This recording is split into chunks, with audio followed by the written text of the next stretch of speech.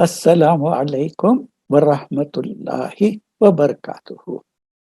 Innal hamdulillah nahmaduhu wa nasta'inuhu wa nastaghfiruhu wa nu'minu bihi wa natawakkalu alayhi.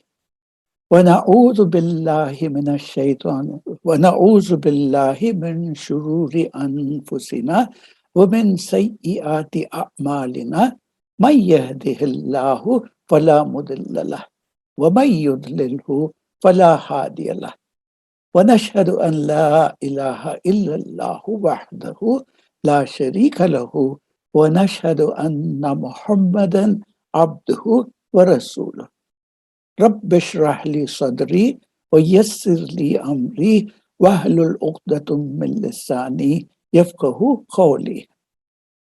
Yes.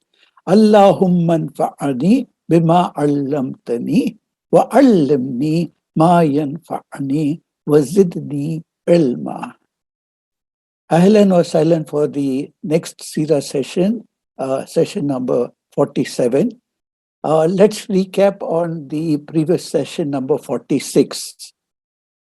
The war was not over. Many of them thought, the Muslims thought the war is over and they could go over and take rest. So after the Allied armies, basically they panicked and dispersed, and the Muslims woke up the next morning. Jibril alayhi salam told the Prophet sallallahu alaihi wasallam that Allah has commanded to move to Banu Qurayza immediately and deal with them.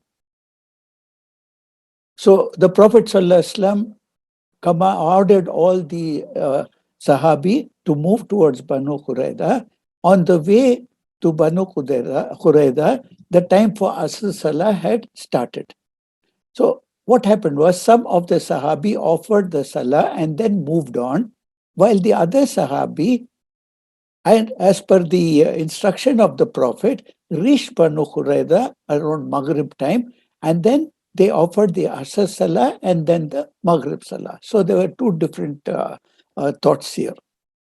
When the Prophet ﷺ heard of this, he did not criticize either party and he just let it be. Because this was a one command of a time, it was not a general rule. So it was okay, whichever Sahabi preferred to do what, that was acceptable. Then we came to find out how an act of treachery is dealt with normally in the general society and by the other nations also. Here, considering the past experience of the other Jewish tribes like Banu Nadir and Banu Qurayza, the Prophet ﷺ did not want to give any concessions to Banu Qurayza. So he ordered that the fortress of Banu Qurayza be besieged because the Muslims were not able to enter the well-protected fortress. What were the three options given by their leader, Ka'b ibn Asad, to his people? The first was accept Islam. The next was kill our families and charge outside. And the third was surprise attack the Muslims on the day of Sabbath. All the three options given by him, were rejected by Banu Qurayza. We then came to the repentance of Abu Lubaba Rasulullah Ta'ala anhu. He entered the fortress at the request of Banu Qurayza and suggested to them to surrender.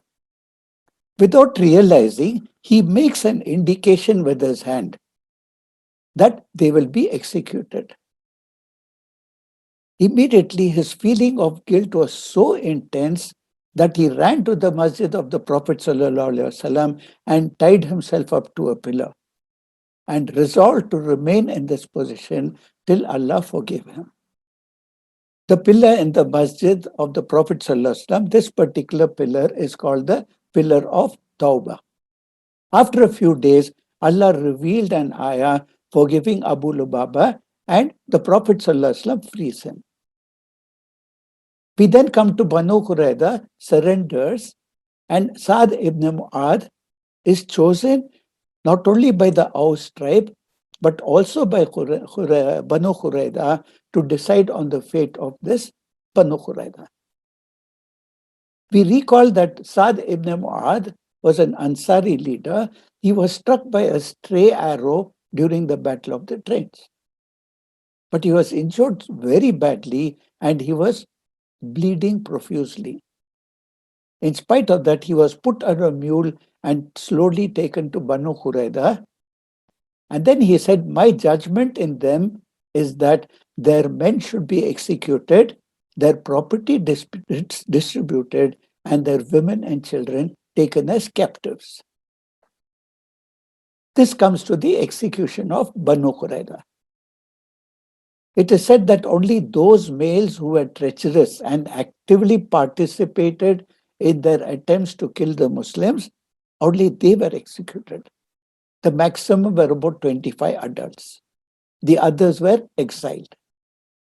The Prophet ﷺ identified a few homes in Medina and he said, this is where the women and children will stay. We have to treat them properly. They are our responsibility. Then we came to know of that amongst those who were executed, there was one Huayb ibn Akhtab. He was from Banu Nadir, who was taking refuge at the Banu Qurayza. He was the mastermind in all this. Then Ka'b ibn Asad, the leader of Banu Qurayza, was also executed. The Prophet ﷺ made a few concessions and forgave some of the people.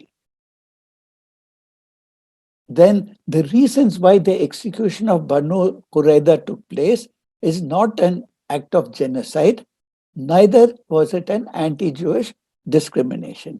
This is what we looked into in the previous session. Let's move on now. We first come to the assassination of Salam ibn Abi al-Huqayq.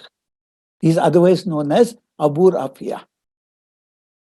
Now, this took place after the Battle of the Trench. In session 32, while we were talking about the precursor of the Battle of Uhud, we had discussed in detail about the assassination of Ka'b ibn al-Ashraf, how he was hiding in his fortress and ultimately he was killed. One of the main conspirators and instigators of the Battle of the Trench was this man, Salam ibn Abu al-Huqayq. That is Abu Rafiya. He was from the Jewish tribes and he resided in Khaybar. This is the place where Banu Nadir went when they were expelled from Medina. We recall that. This man played a pivotal role in unifying the armies together and launching an attack against the Prophet ﷺ and also the Muslims in Medina. He was a wealthy billionaire. And he was the one who financed the tribe of Ghatafan, and they were the hired mercenaries. Based on the facts, what was expected was that it was only a matter of time before this Abu Rafiya hatches another scheme to take out to the Muslims, to fight with the Muslims. 5 individuals from the tribe of Khazraj told the Prophet ﷺ, we are now aware that Abu Rafi'a is a key individual that was involved in instigating and conspiring the entire situation. So we would like your permission to go and dispose of him. They felt that Aus had been beaten by taking care of that Ka'b ibn al-Ashraf previously. Now they wanted to take charge in killing this man, to show that this tribe of Khazraj is also equally dedicated. So a message had to be sent. You're not going to get away with this.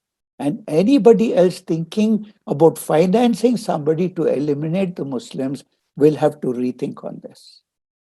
The Prophet ﷺ gave them permission to do this, but he put one condition. He said, make sure you do not kill any women or children. Their leader, Abdullah ibn Atiq, he was chosen because he could speak the language of the people of Khaybar very fluently.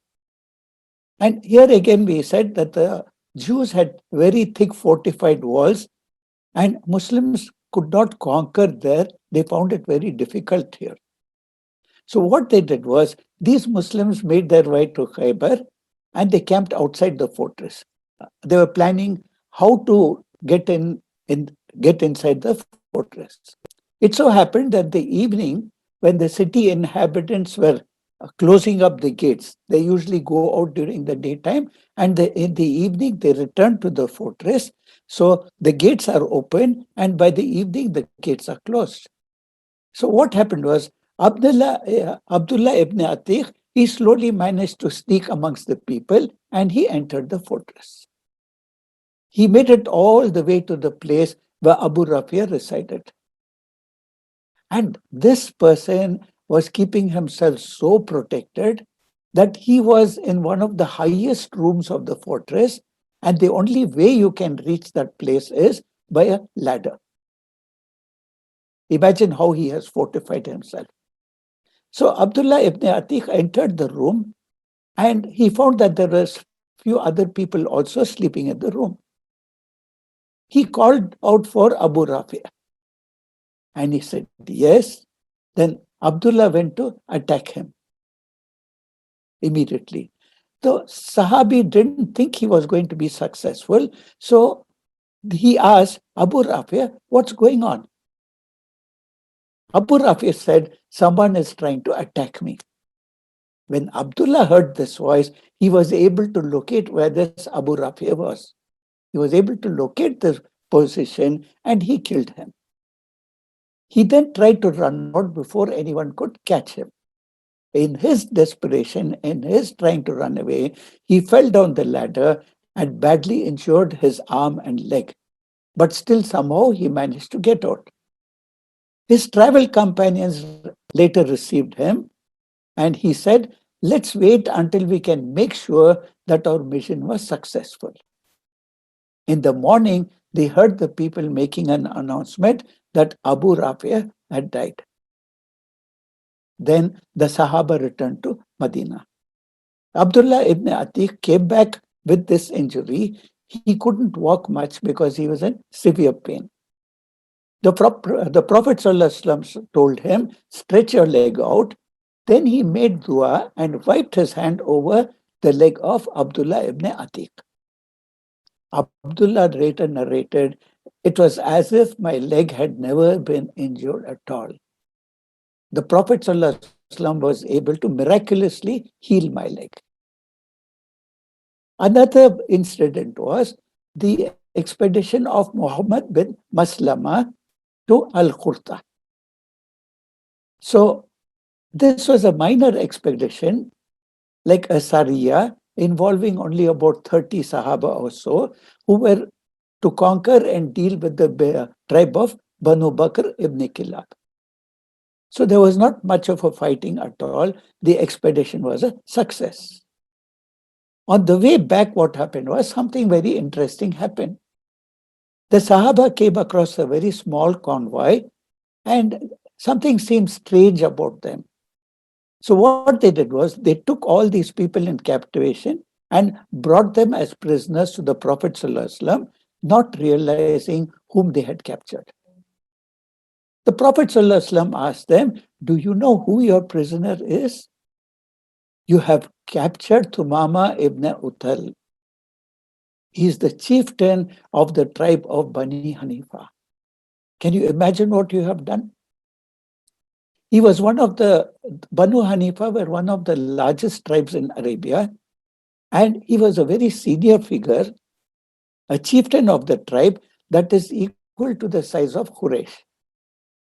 He happened to be on a convoy, but he was not guarded.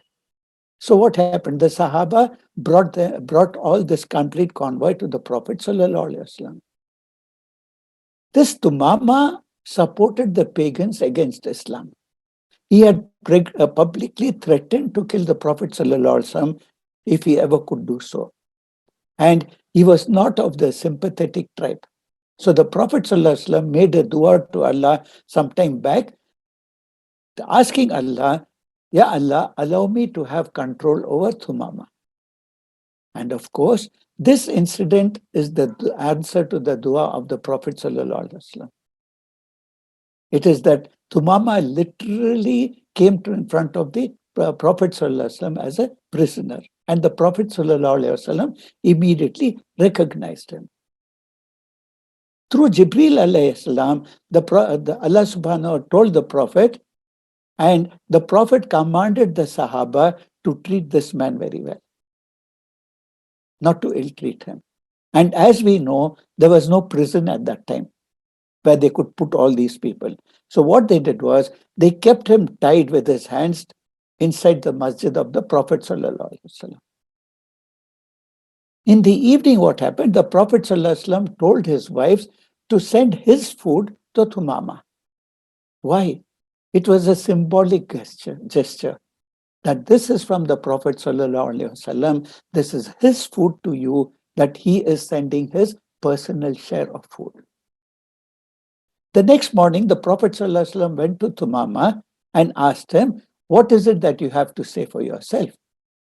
He replied, Ya Muhammad, if you are going to kill me, you're going to kill someone whose blood is very heavy, which means by killing me, you're going to have a civil war on your hands. And if you're generous, you're going to be generous to someone who recognizes your generosity, and he will pay you. And if you want money, ask for whatever you want and you have your price. The Prophet ﷺ coolly advised Thumama to accept Islam. Thumama did not reply. He did not say anything. So the Prophet ﷺ let him be like that day. The same thing happened for the consecutive 2 days. While Thumama was in the masjid, what do you think he saw in the masjid? He heard the recitation of the Quran. He watched the salah of the Sahaba, the Prophet ﷺ's halaqah, and his conversation with the Sahaba, all these things. And he was just sitting at the back being ignored. Look at the wisdom of having him in the masjid.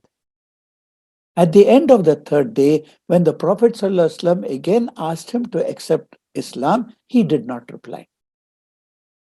The Prophet ﷺ told the Sahaba to release Thumama. They cut off the ropes and let him go. What did Thumama do? He walked out of the masjid, went to a small grove of date palms, he took a bath, and within 10 minutes he walked back into the masjid and he became a Muslim. He accepted Islam. Subhanallah. He said, Ya Muhammad, I swear by Allah that there is no face in the whole world that was more despised and hated to me than your face. But now the most beautiful face, the most beloved face I have in front of me, referring to the Prophet ﷺ. And he said, I swear by Allah, there was no religion I hated more than yours, that is Islam. But now it is the most beloved to me.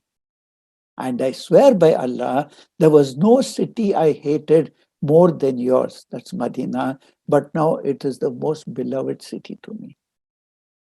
And then he told the Prophet ﷺ, actually, I was on my way to do Umrah.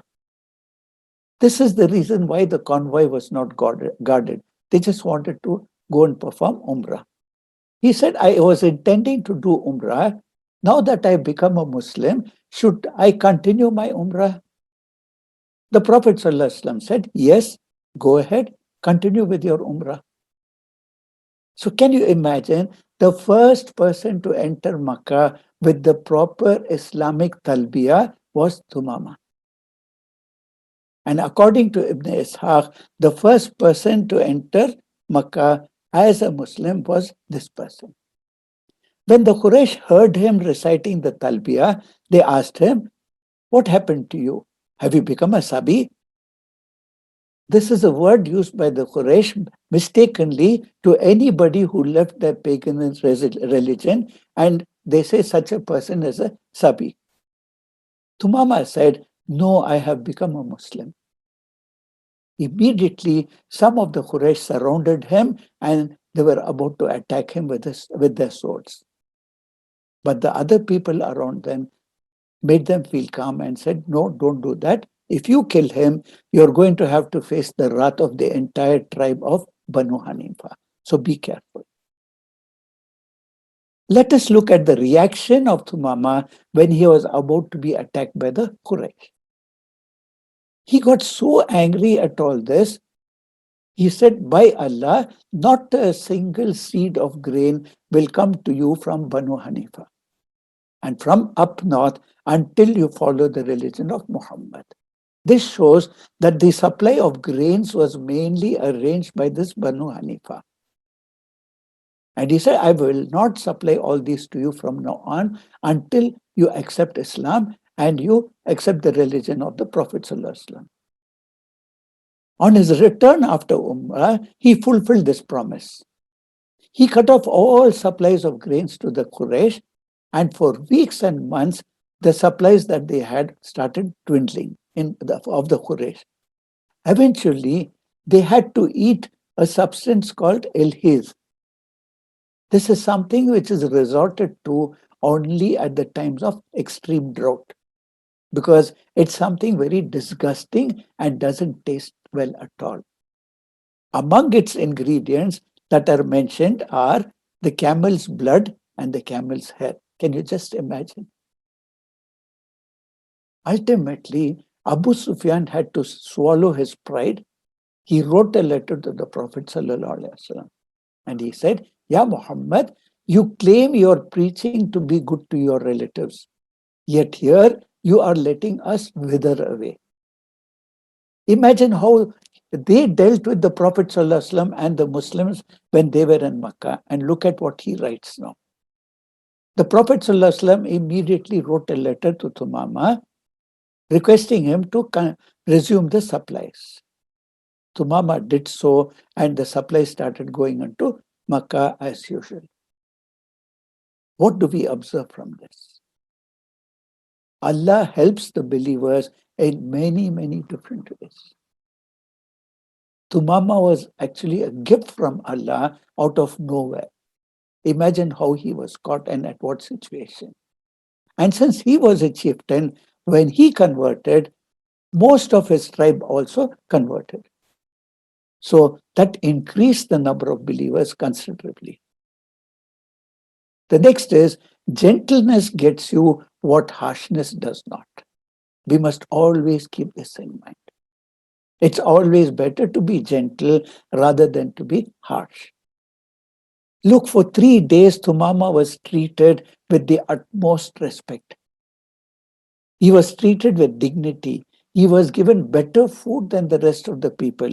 And this is what opened his heart to Islam. And the Prophet ﷺ gifted him with his independence after 3 days, unconditional.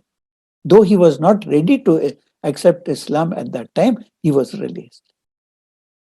If a non-Muslim embraces Islam, he should not stop his good deeds. Here we find Thumama wanted to do Umrah, and the Prophet ﷺ told him to go ahead. And we see the hypocrisy of the Quraysh in this incident, like I told you. After kicking out the families of the Muslims and the tribesmen, now they are telling the Prophet ﷺ, you are teaching people to be good to relatives. Why are you not good to us? The Prophet ﷺ was kind and tender. He did not want to take any revenge. He responded to their request even at that time. And just a few months ago, if you see the Battle of the Trench, the Quraysh had completely cut off all supplies to Medina. And they had no proper food for nearly a month. You see, the Prophet ﷺ didn't hit them back this way. He allowed the supplies to resume. Can we have the next slide, please? Here is another conspirator, Abdullah ibn Unais, who tackles Khalid ibn Sufyan al-Hudali. This is the traitor. There was a man named Khalid ibn Sufyan al-Hudali who was gathering an army to be able to launch an attack against Medina. When the Prophet ﷺ was informed of this, he sent Abdullah ibn Unais anhu to try to handle the situation. Abdullah ibn Unais anhu asked the Prophet ﷺ, can you give me some description of this fellow? I have not seen him before. The Prophet ﷺ gave him some idea of how the man looked. When he arrived where Khalid ibn Sufyan was, it was about Asr time. And he did not want to get discovered. So how did he do his Asr Salah? He prayed sitting down, making gestures with his head without doing the actual positioning that is required in a Salah. So when somebody is in such a situation where they cannot pray properly, they are allowed to do this. When Khalid ibn Sufyan saw Abdullah ibn Unais, anhu, he asked him, "Who are you?" He replied, "I'm from one of the tribes of Arabs. I heard that you're gathering an army together to be able to launch an attack against Medina." Khalid said, "Yes, that's exactly what we are doing here." So Abdullah said, "Okay, do you mind if I come with you and join you?" Khalid agreed. And what Abdullah did was, he walked for Khalid for some time when they were a little away from everyone. And when he was a little far away, he found the right opportunity. He attacked Khalid and killed him and came back to Medina and informed the Prophet ﷺ that he has taken care of Khalid. The Prophet ﷺ reacted and he said, "May Allah bless you." The question arises, why did the Prophet ﷺ approve of this? Because he was trying to avoid an army coming to Medina, leading into another war and possibility of dozens of Muslims dying in the thing due to the army. Instead of the entire army coming and them fighting the army, the Prophet ﷺ felt it is better to dispose of the leader. Then the Prophet ﷺ gave Abdullah his staff, that's a walking stick, and said, "Keep this with you." He took the walking stick and he didn't think much about it. When he went to the people, they asked him, "What is this walking stick?" He said, "The Prophet ﷺ gave this to me and he told me to keep it." They said, "You should ask the Prophet ﷺ the significance of what he said." Abdullah went back to the Prophet ﷺ and asked, "Ya Rasulullah ﷺ, if I may, why did you give me this staff?" Look at the reply of the Prophet ﷺ. He said, "This will be how I recognize you on the day of judgment. I will spot you with this walking stick." Abdullah took this to heart. He never physically separated from that walking stick. So much so that even when he died, he commanded that the walking stick should be buried with him. We now come to the story of Habiba Razilullah Ta'ala anhu. Remember, she is the daughter of Abu Sufyan. At that time, the enemy of the Prophet ﷺ. Her birth name was Ramla bint Abu Sufyan. And can you imagine? She was one of the early converts to Islam. They say she was among the first 15 or so who had accepted Islam. They had lived in fear and kept their Islam secret and hidden due to the persecution in Makkah. Abu Sufyan knew that his own daughter had accepted Islam. He was very embarrassed because he had a hard time facing the Quraysh because they were asking, "Look at your own daughter, she has accepted Islam." And Abu Sufyan, we know, was a staunch opponent of the Prophet ﷺ and the Muslims right from the beginning. And he launched many attacks on the Muslims. He was also the head of the Allied army in the Battle of Trench. Habiba's first husband was Ubaidullah ibn Jash. He had also embraced Islam in the early stages. When the opportunity presented itself to escape persecution and live in asylum in Habasha, that's East Africa, Ramla bint Abu Sufyan and her husband Abdullah ibn Jash, they were among the Muslims who migrated to Habasha for the second migration, not the first migration, the second one. She became pregnant on the journey, and their daughter Habiba was born in Abyssinia. So Ramla bint Abu Sufyan came to be known as Habiba. It is said that in Abyssinia, her husband had denounced Islam and that he had joined the mainstream in that place and became a Christian. And that he had an addiction to alcohol, that he became a drunkard and died due to this. The story of her first husband, Ubaidullah ibn Jash, is highly consequential. So we have to be very careful and exercise some caution to what extent we accept this. Because none of the chains of narrations are authenticated that he apostated, that he left Islam, that he became a drunkard, and that he died due to this. Scrutiny of some of the Sira narrations are not as scientifically analyzed or derived through strong chains of narrations. So we have to be very careful and not jump to conclusions about this. It does not mean all these narrations are weak, but these narrations are not as certain as the words of the Prophet ﷺ that you will find in the Ahadith. There is a narration in Abu Dawud that Habiba Razilullah Ta'ala Anha simply summarizes it by saying, we just got into Abyssinia and barely we met Najashi, that is the king of Abyssinia, and he then passed away. His apostating could have been due to his addiction to alcohol. It need not be a sincere reversion of his faith. Allahu A'lam, Allah knows best. We now come to the dreams of Habiba Razilullah Ta'ala Anha. The first dream she saw was that her husband's face was disfigured. She was shocked. It was not something pleasant about him. After her husband's death, she was single mother, imagine, in a foreign land, and how difficult the situation was with no relatives or anybody to take care of her. At the same time, she could not go back to Makkah to her father unless she was ready to denounce her faith. So she had a very difficult time managing herself and her daughter, Habiba. In this condition, she had another dream. A caller was calling her Ummul Mu'mineen. Subhanallah.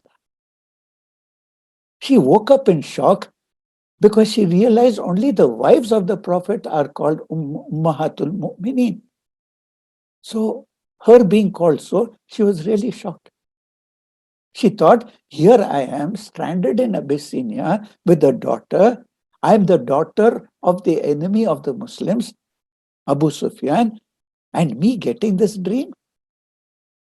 In spite of this, she took it as a good sign. She said after she had got the dream, a knock came on the door. And this was the beginning of the next episode of her life. We'll find out as we move on. When the Prophet ﷺ heard about her, he became very concerned about her situation. And he said, not only is this someone we have to take care of as a community, but she is also the daughter of the leader of our people. She deserves that type of dignity and honor, and she has already sacrificed a lot. If we go to Surah Al-Mumtahina, an ayah was revealed by Allah about the marriage of Prophet ﷺ to Habiba Razilullah Ta'ala Anha. Surah number 60, ayah number 7. Perhaps Allah will make friendship between you and those whom you hold as enemies. And Allah has power over all things, and Allah is oft forgiving, most merciful. What happened was, at this particular time, the Prophet ﷺ sent a proposal to Habiba for marriage. How did this happen? If you look into session 15 of the series, we learn about how the king of Abyssinia, he's known as Ad-Najashi, his actual name is Ashaba. He had welcomed and given refuge to all the Muslims. He also accepted Islam, but he kept his faith hidden because of his position in the community. What the Prophet ﷺ did was, he sent a proposal to Habiba radiallahu ta'ala anha through An-Najashi. He sent Amr ibn Umayyah ad-Damri to An-Najashi to carry his proposal to Habiba radiallahu ta'ala anha, saying that if she agrees, then he wanted An-Najashi to be the wakil. Can you imagine? He could have appointed anyone from the Sahabi who were there. Example, Ja'far radiallahu ta'ala anhu. But he wanted Najashi, who was his only wakil, despite the presence of the other companions around him. He was the one who supported all the Muslims in Abyssinia. And Najashi was so excited to know this opportunity he had to serve the Prophet ﷺ in such an intimate affair. He had earlier told the Prophet ﷺ that if he was not so preoccupied with his responsibilities as a ruler, he would go over to the Prophet ﷺ and carry his shoes. And Najashi never met the Prophet ﷺ, and yet he loved him so much. Habiba radiallahu ta'ala narrated, I had no idea that all this was going on. I was residing in Habasha at the time when a young woman named Abraha, one of the messengers of the king, came to visit me. That was the knock that she heard on the door. She brought a letter from the king of Abyssinia.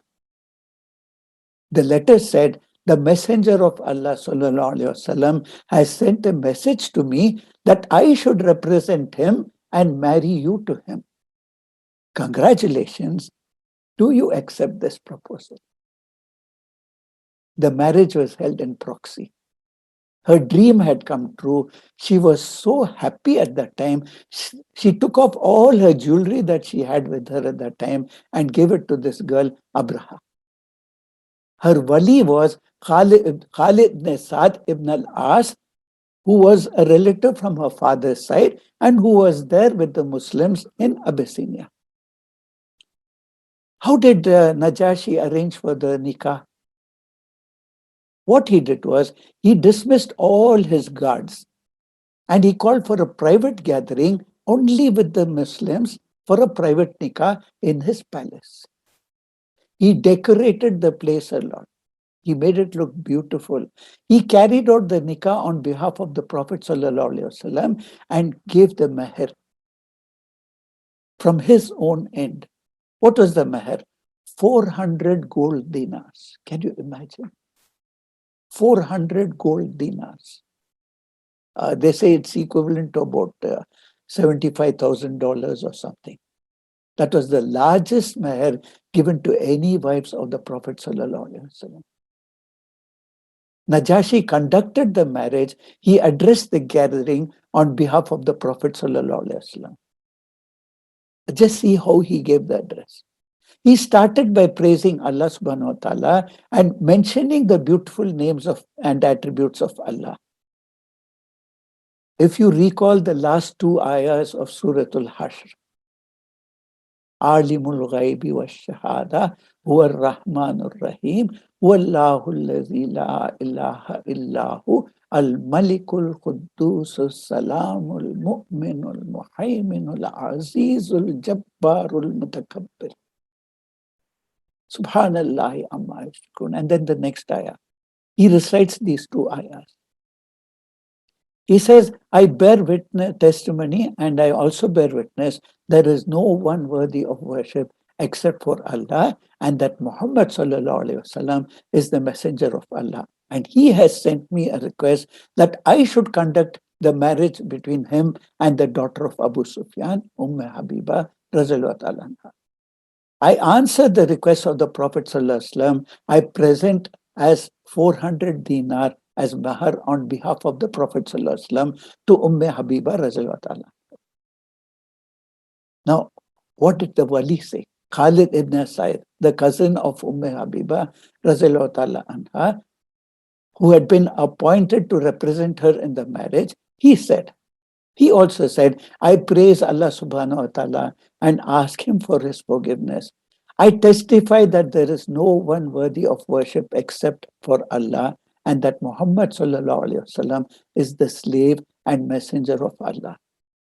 Allah subhanahu wa ta'ala sent the messenger with guidance and the true religion so that it may become apparent over all other religions, even if the idol worshippers and others dislike this fact.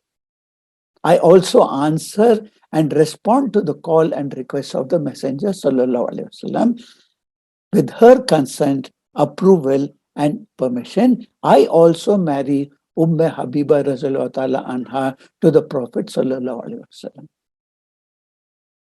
Just as the Muslims were preparing to leave after this nikah, this small ceremony, Najashi stood up. He said, everybody please sit down. And he said, it is from the sunnah of the Prophet Sallallahu Alaihi Wasallam that when a marriage is conducted, food is served to the guests. That is, walima has to be done. He then served food to all the guests. It was a very lavish wedding.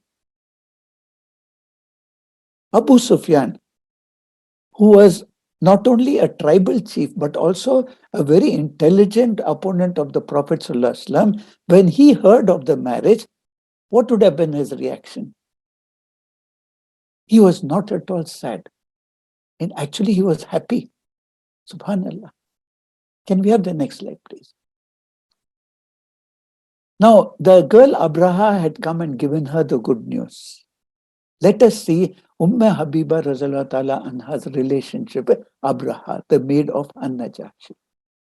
She developed such a relationship with Abraha that when Abraha returned to Najashi after the nikah, Najashi sent her back to Habiba Razallahu Ta'ala anha with lot of jewelry and provisions, etc. Everything that Habiba Razallahu Ta'ala anha would want.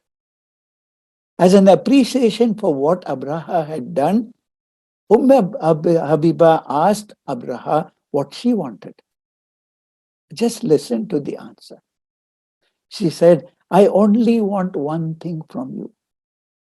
If you find yourself in the presence of the Prophet Sallallahu Alaihi Wasallam, and at that time, if you remember me, then give my salams to him, because I will probably never get to meet him at all. Subhanallah.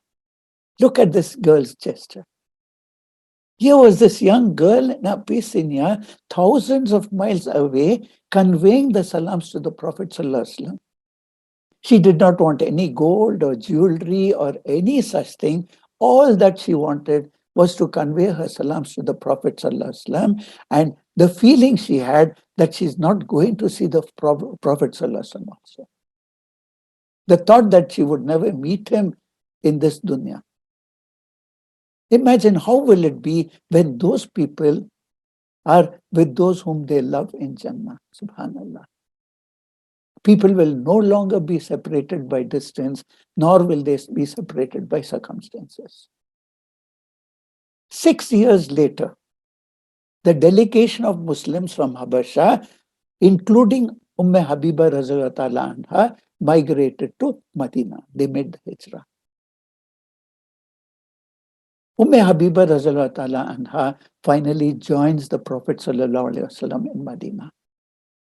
Who led this delegation to Medina from Abyssinia? It was Ja'far Razallahu Ta'ala anhu. He left there with about 16 families. It was a little after the Treaty of Hudaybiyah. She met the Prophet ﷺ not only as a Muslim, but also as his wife. She was also reunited with Salma. We had spoken of Salma Razallahu Ta'ala anha earlier, and what all difficulties she had gone through before she married the Prophet ﷺ. Both of them had a special relationship. They both left together with their husbands from Makkah to Abyssinia. Both ended up marrying the Prophet ﷺ under different circumstances. Habiba Razallahu Ta'ala anha said, when I met the Prophet ﷺ after all those years, I told him about all the arrangements that the king of Habasha had made, and I also told him about Abraha. that she had become a Muslim, and she reminded me frequently to convey her salams to you. The Prophet ﷺ was joyful and he responded, Wa alayha salam wa rahmatullahi wa barakatuhu. Just imagine, when we send salam to the Prophet ﷺ, the angel carries it to him and he responds. Here, Habiba Razulullah Ta'ala anha conveys this salam directly to the Prophet ﷺ and he responds directly. It's a unique story of Abraha that she has this connection with the Prophet ﷺ. Habiba Razulullah Ta'ala anha was with the Prophet for about 3 years or so, and she passed away at the age of 74. Now, let us have a look at her istiqama, the strength of her faith. Her commitment to faith, she was so patient with whatever fate had to give her, going through all these tests and trials. Can you imagine? First, she converted. She faced Abu Sufyan and her family in Makkah. Then stayed firm in Islam. And then when she was called to migrate, she could have left her husband to go and continued to stay in Makkah. She stays firm in Islam in spite of her father becoming the chief of the Quraysh. He was an antagonist against the Prophet ﷺ and the entire community. She stays a Muslimah in spite of the nature of her husband and also after he passed away. Just she and her daughter were in Abyssinia despite the problems she was facing as a community in exile. This is a very special blessing that Allah confers on her, a special woman in regards to her iman.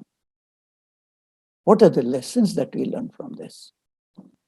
Look at the type of nobility, the honor, and dignity that the Prophet ﷺ bestowed upon Habiba radiallahu anha. Part of the consideration was, in spite of Abu Sufyan being an enemy of Islam, he was still a leader of the people. And it was important to honor and take care of his family members who had embraced Islam. This is the type of integrity that would win the hearts of Abu Sufyan. Later, he reverted to Islam. Don't think that the Prophet ﷺ married Habiba Razulullah Ta'ala anha out of pity or some such thing. No. He married her because of her qualities, her belief, her faith, conviction, her piety, and also her nobility, the character that she had. This is a woman who was married and she went through a lot of adversity. She suffered through many tragic situations domestically, and also when she lost her husband. And on top of that, she had a small child to raise on her own. Look at the culture in our society and communities now. People will look at such individuals in such a situation as, naudzubillah, as if they are damaged goods, or too much trouble to handle, or very problematic, or very difficult and challenging situation to take up. This is the type of idea that people nowadays have regarding such people. Naudzubillah. Allah revealed in Surah Al-Baqarah, Surah number 2, ayah number 85. It is actually addressing the Jews, but it also addresses us. After this, it is you who kill one another and drive out a party of you from their homes, assist their enemies against them in sin and transgression, and if they come to you as captives, you ransom them, although their expulsion was forbidden to you. Then do you believe in a part of the scripture and reject the rest? I repeat, do you believe in a part of the scripture and reject the rest? Then what is the recompense of those who do so among you, except disgrace in the life of this world, and on the day of resurrection, they will be consigned to the most grievous torment. And Allah is not unaware of what you do. This ayah is a very serious reprimand, and it is aimed at the people who don't believe in Islam, but also of people who believe in Islam, but they pick and choose what they like and dislike about Islam. This is what Allah said in the ayah. You say you are Muslims, but you pick and choose from it what you like and what you dislike, and you act accordingly. Abdullah ibn Abbas, whom the Prophet ﷺ made dua for him to have the best understanding of the Quran, he is one of our primary teachers of the Quran. He narrated, even when the ayahs of the Quran are explicitly talking about non-Muslims, Muslims should not turn a deaf ear towards it. Muslims shouldn't be heedless of it and shouldn't just leave the ayah aside as if it does not apply to them. There are still lessons in the ayah for Muslims because that type of behavior can manifest amongst Muslims. In some ways, it can bear resemblance or certain elements of the problematic nature that the Quran talks about. How beautifully this is telling us, open your eyes. But Allah never ignores, He never neglects, and He never wastes the reward of those who strive for excellence, who live for a higher purpose of life, and who live to realize the beauty of the Iman that is within their lives. Allah never lets them go to waste. Allah never abandons them. Just look at what Habiba Razallahu Ta'ala anha was granted as an outcome and as a result of all that she went through. She not only married the Prophet ﷺ, but goes down into the volumes of history as one of the mothers of the believers. Subhanallah. When we remember her today, we talk about her as our mother. Habiba Razallahu Ta'ala. We now come to the relevance of the incidents of Hudaybiyah. From the next session onwards, we will be going into much detail about the Hudaybiyah and the Treaty of Hudaybiyah.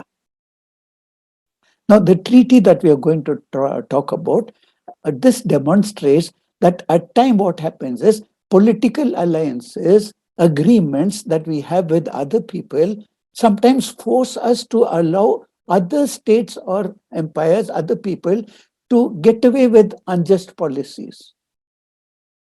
At that time, there's no other alternative but to turn towards Allah for help. We'll find out as we go.